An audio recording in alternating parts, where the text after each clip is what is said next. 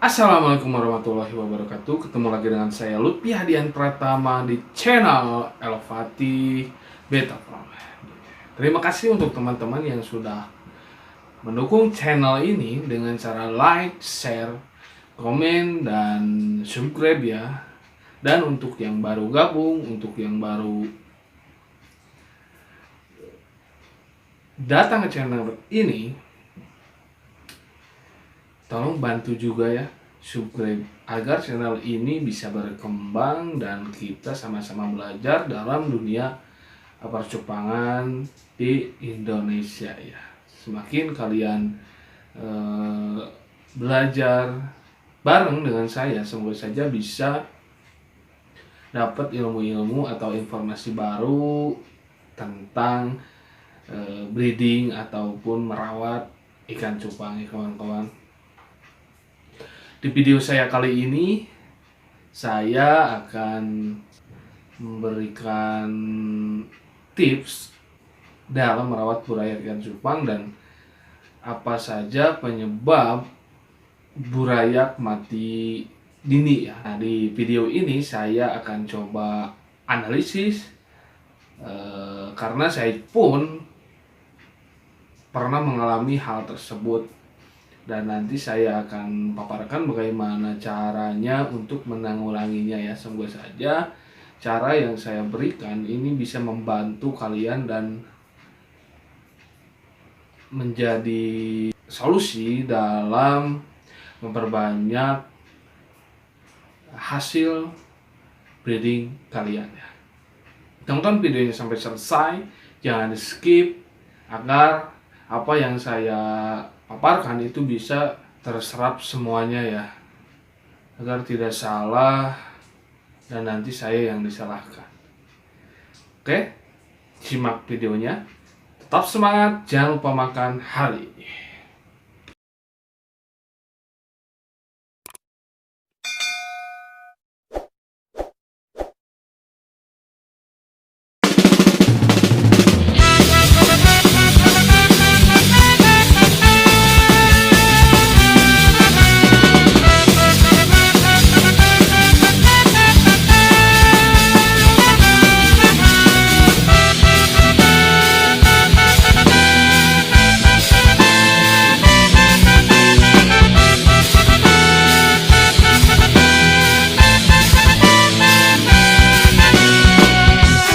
Walau hidup susah, janganlah berputus asa. Untuk di video kali ini, saya akan membahas masih seputar tentang burayak ikan cupang. Karena di kolom komentar yang saya baca-baca dan jawab, itu banyak sekali yang menanyakan masalah burayak tersebut. Jadi saya akan bikin video lagi dan mungkin sedikit-sedikit menjawab pertanyaan-pertanyaan yang kalian lontarkan ya kawan-kawan. Semoga bisa membantu ya. Karena banyak yang bertanya seperti, "Bang, kenapa burayak saya mati dan habis semua?" Terus, "Bang, kenapa baru seminggu burayak saya mati?" "Bang, kenapa baru pas 2 minggu burayak saya mati?" Nah, di video kali ini saya akan menjawab dan semoga solusi yang saya berikan itu bisa menjadi referensi dan menjawab masalah-masalah yang dihadapi ya. Ini pada burayak itu memang sering terjadi ya kawan-kawan, terutama di perubahan cuaca ataupun saat pemindahan yang kalian lakukan.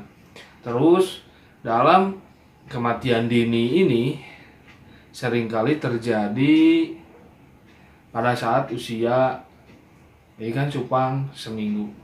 Saya pun pernah mengalaminya dan hasil yang saya dapat itu sedikit bahkan habis ya kawan-kawan.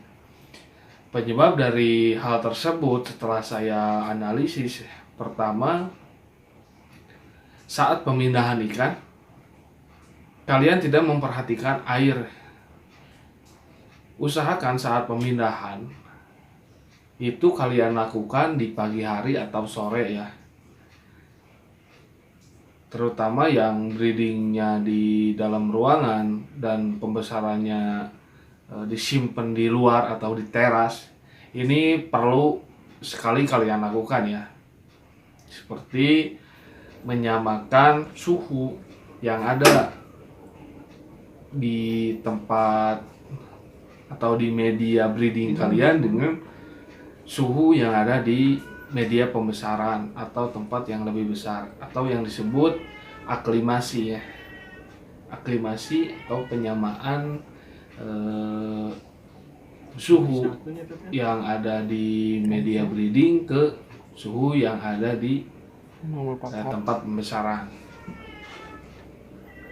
Agar apa? Agar sama, dan burayak yang usia seminggu atau 4 hari setelah bisa menyebar itu perlu sekali ya kawan-kawan, karena burayak umur segitu itu sangat rentan ya, sangat mudah shock kalau suhunya itu tidak sama. Maka saya sarankan penuangan itu pagi dan sore. Kalau siang itu kan air biasanya yang di luar ruangan itu agak hangat ya, karena mungkin kalau di musim kemarau sekarang seperti sekarang ini suhunya gampang naik untuk yang di luar, sedangkan yang di dalam biasanya agak dingin ya kawan-kawan. Untuk di farm saya seperti itu, tapi mungkin untuk di daerah-daerah yang panas itu tidak ya. Untuk di daerah panas biasanya dalam luar juga nggak terlalu jauh, tapi untuk daerah-daerah seperti saya di Bandung Selatan itu perbedaan suhunya pagi dan siang itu sangat berbeda ya, suhu airnya pun berbeda. Jadi aklimasi ini sangat penting sekali ya. Terus penyebab yang kedua kenapa hasilnya sedikit itu adalah burayak terkena penyakit. Penyakit yang sering saya temui itu adalah penyakit white spot. Biasanya penyakit ini datang itu karena air yang kotor bisa, terus dari pakan. Kalau menurut saya, kalau pengalaman saya, dari pakan juga berpengaruh ya, terutama yang memakai pakan-pakan alam seperti kutu air ya. Jadi kalian usahakan kalau memakai pakan alam itu si airnya itu harus dibuang ya. Jadi si kutu airnya dibersihin sebersih mungkin, karena takutnya si kutu air yang kurang bersih itu membawa penyakit ya kawan-kawan, terutama untuk burayak yang usianya under dari sebulan ya. Karena kutu air itu kan dapatnya itu di air-air yang kurang bagus untuk pertumbuhan ikan. Jadi usahakan pembersihan dan penyaringan kalian harus benar-benar baik ya, terutama yang burayak yang kecil. Takutnya di dalam kutu air itu juga ada bibit-bibit dari anak capung. Nah itu bisa menghabiskan burayak kalian. Kalau misalkan tidak ada penyakit, kalian coba cek, siapa tahu ada anak capungnya, itu juga bisa ngabisin burayak kalian juga. Terus yang selanjutnya, balik lagi ke penyakit yang sering saya temui di usia under sebulan itu adalah white spot atau veil flat ya kawan-kawan. Di burayak yang usia segitu itu sering sekali saya temui ya, terutama yang tempat breedingnya itu atau tempat pembesarannya itu di dalam. Karena memang white spot ini datang itu karena suhu yang lembab, bisa dingin, terus air yang kotor. Bisa juga dari pakan alam ya, seperti yang saya tadi katakan, yang memakai kutir. Beda lagi kalau kalian memakai artemia, karena artemia itu kan airnya pun garam, jadi untuk tumbuh white spot karena pakan yang memakai artemia itu sedikit ya, hampir tidak mungkin karena airnya memang air garam. Untuk mengecek burayak kalian terkena white spot atau tidak, kalian bisa lihat dengan dekat ya. Jadi white spot ini kalau tidak dilihat dengan dekat itu tidak akan terlihat ya. Karena memang burayaknya kecil, jadi white spotnya pun otomatis kecil. Tapi ada tandanya ya kawan-kawan, ini saya udah titikin ya. Tanda-tanda yang burayaknya terserang white spot. Ini masih sedikit ya, masih cuman ada di kepala, di ekor, sama di badan dikit. Nah ini kalau kalian biarkan, ini bisa menyebar ke seluruh badan dan ini akan menyebabkan burayak kalian mati ya satu persatu, bahkan bisa semuanya, karena penyakit ini menular satu demi satu, mati dan bisa habis tak tersisa. Nah, untuk menanggulangi hal tersebut agar burayak kalian tidak terserang white spot, untuk setting air pertama usahakan kalian harus pakai garam ya. Sebelum kalian memasukkan burayak, siapkan dulu air untuk pembesarannya. Jadi jangan langsung ya air masuk kalian langsung tambahkan burayak, nggak boleh, itu akan menyebabkan burayak mati dini juga ya kawan-kawan. Jadi setelah kalian breeding dan si burayak mau dipindah, itu harus disiapkan dulu, harus pakai garam ketapang sedikit, kalian tambahkan juga methylene blue, bebas mau merek apa juga silakan, dengan catatan jangan terlalu banyak ya, karena kalau terlalu banyak methylene blue itu kan dari kimia ya, jadi kalau terlalu banyak itu akan membahayakan si burayak juga, jadi harus secukupnya aja ya. Terus setelah disiapkan, usahakan airnya sudah bagus ya, sudah tua, bisa dikatakan sudah tua. Kalau ada E4 kalian bisa pakai juga E4 ya, supaya airnya cepat tua. Diendapin dulu lah 2 hari agar si airnya bagus. Nah, untuk menanggulangi misalkan setelah dituang dan dapat kelihatan ada white spotnya, saya pun pernah ya.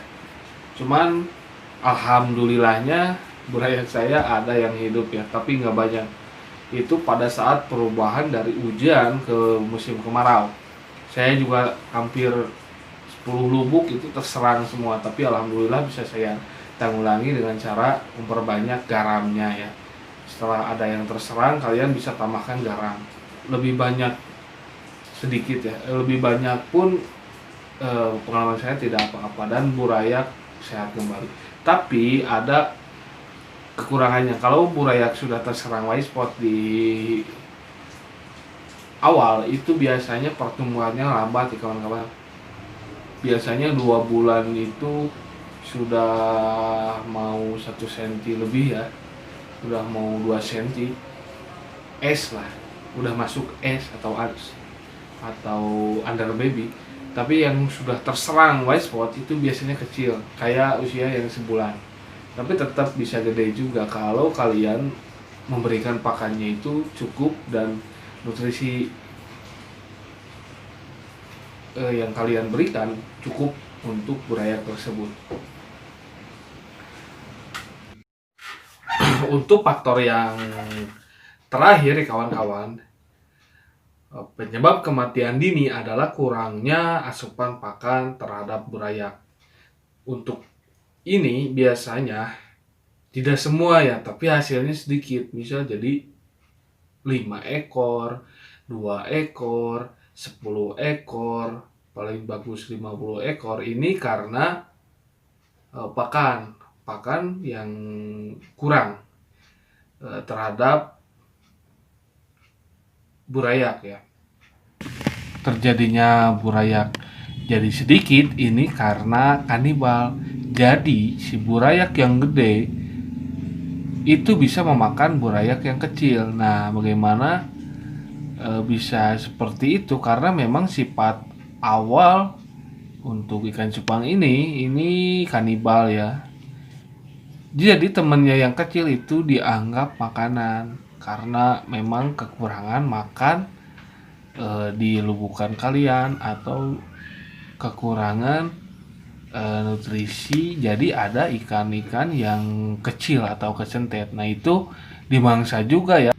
Untuk burayak yang banyak, yang pas menetasnya itu banyak, diusahakan pakan yang kalian gunakan itu pakan yang kecil ya, yang sesuai dengan mulut si burayak. Karena sebagian burayak itu ada yang makannya banyak dan ada pula yang susah makan.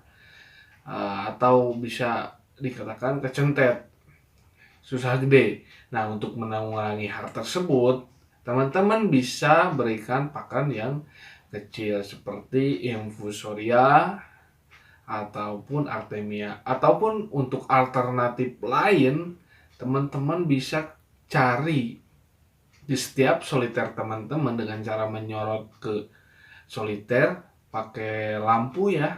Kalau ada seperti infusoria yang kecil-kecil biasanya suka ada ya, terutama yang menggunakan pakan casut itu pasti ada. Makhluknya kecil-kecil ya, di bawah dari kutu air dan artemia. Nah, itu bisa digunakan ya untuk darurat. Kalau tidak ada artemia atau infusoria, kalian bisa kumpulin itu bisa jadi alternatif. Atau kalian juga bisa pakai Mr. Green ya. Nah, Mr. Green ini sama khasiatnya untuk memberikan mikroorganisme yang kecil-kecil. Jadi si burayak pertumbuhannya pun rata ya. Agak rata tapi tetap ada yang gede, ada yang kecil karena di setiap breeding penetasan telur ikan itu tidak bareng semuanya, pasti ada yang pertama menetas dan ada pula yang terakhir menetas. Biasanya yang terakhir menetas ini nih yang susah, kadang habis pakannya sama yang gede-gede. Bisa kalian buktikan kenapa burayak nggak sama itu pada saat burayak menetas itu tidak langsung semuanya bisa berenang. Ada yang sudah bisa berenang, ada pula yang belum. Nah, yang belum itu yang terakhir biasanya menetasnya pun itu terakhir, terutama yang telurnya banyak ya kawan-kawan. Jadi